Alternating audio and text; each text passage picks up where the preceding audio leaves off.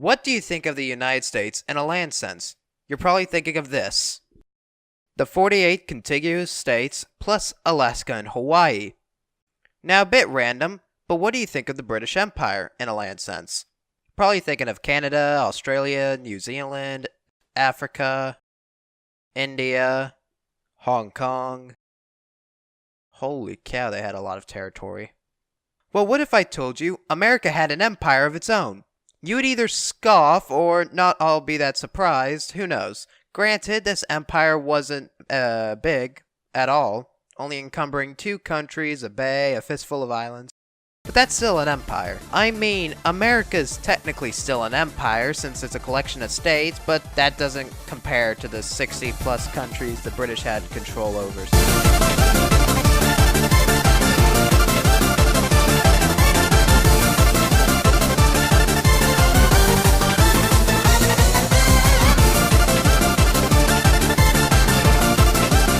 So, let's get started. Getting this one out of the way fast, once America finished its revolution, it gained all present-day states of east of the Mississippi, Ohio, and stuff like that, with the exception of Florida.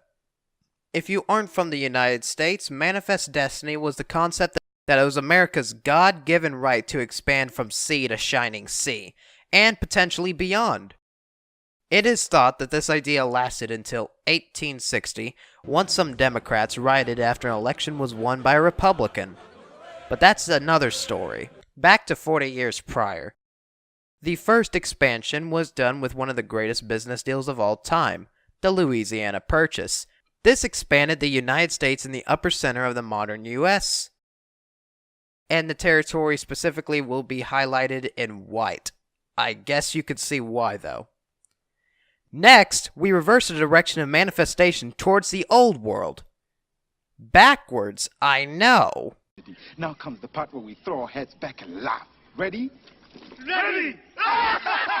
In 1822, Liberia was founded by the American Colonization Society, say that 3 times, to return quote-unquote free black men back to Africa. However, legally, the territory that they decided to settle on was U.S. territory, so will be included in their empire. This territory, though, declared independence in 1847 and was the first republic to be established in Africa. Also in 1822, Florida was given to the U.S. by Spain, adding another state to the republic. Next is the decade Lone Star. With gaining independence from Mexico and annexed in 1845, that sparked another war, which finally annexed the rest of the American mainland. This includes notably California, Texas, New Mexico, and Nevada.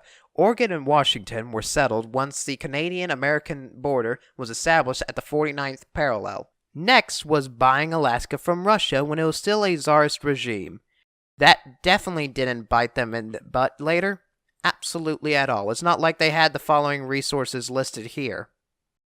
In the late 1880s, 3 islands wanted to change nationalities: Hawaii, Samoa, and Cuba.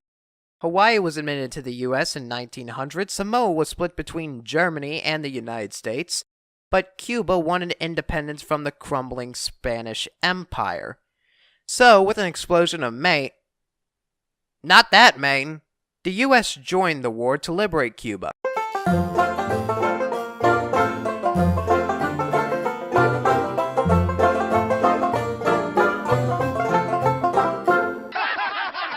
And won, spectacularly.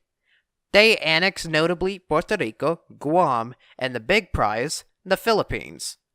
Some people in Congress wanted to annex Cuba, but A, they promised Cuban liberation, and B, a certain teller was in the way. The United States was given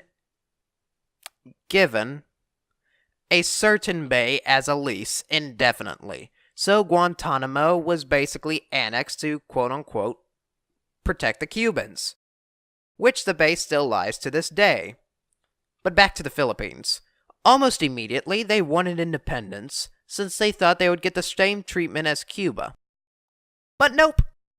The final spark of manifest destiny, however, was still up and about, and they finally got their wish in 1946 after the defeat of Japan.